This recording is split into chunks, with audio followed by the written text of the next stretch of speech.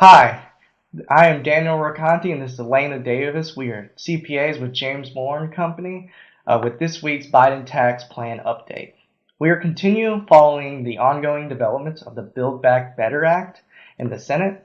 Elena, what's going on this week? Hi, Daniel. Not a lot has happened last week. The Senate is still yet to schedule a vote for the Build Back Better Act. And clearly, we're running out of time. The Senate Majority Leader Schumer is hopeful the voting will happen before Christmas. However, there are more and more indications that the actual passing of the bill may not happen until 2022. And that is because the Senate and the House have to pass the exact same version of the bill. If the Senate now makes amendments to the bill has to go back to the House for another vote before it makes its way to the president's desks. There has been already some changes made to the bill at the Senate level. On December the 11th, the Senate Finance Committee released their part of the Build Back Better Act pertaining to various tax provisions.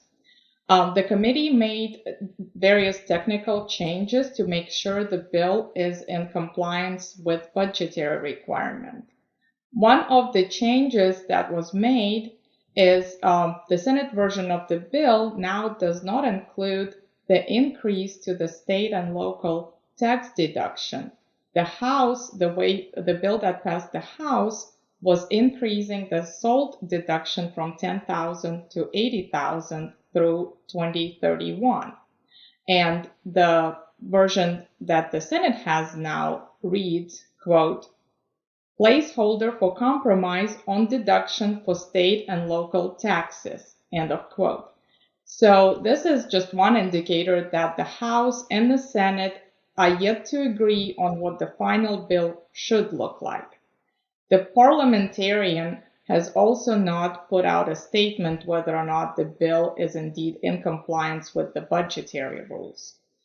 And of course, Senator Manchin is very concerned with the overall size of the bill, as well as the amount it is adding to the national debt, and now increasing inflation levels that are at 30-year high. Yes, Elena. Senator Manchin right now holds a lot of power. Out of all 50 of the Democratic senators, 49 have already promised that they're going to vote yes on this. He's the only one holding out and the only one kind of stopping them from passing this before Christmas. But he also has some really good concerns. His concern about the deficit, it's been expected from over analyzed reports that about 260 billion will be increased the government deficit over the another 10 years with the current form of this bill.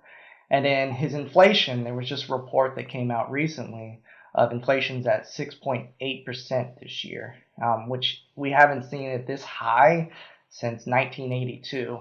That's crazy because most of our current workforce means they weren't even born last time inflation was this high. Also, other concerns that Senator Manchin has is that this bill is really front loaded with spending, and then the revenue is actually backloaded. So new taxes won't come in until well after all the spending has happened. So how is that going to affect inflation next year? People are hoping that it will go down, but there's concerns that it won't go down enough. And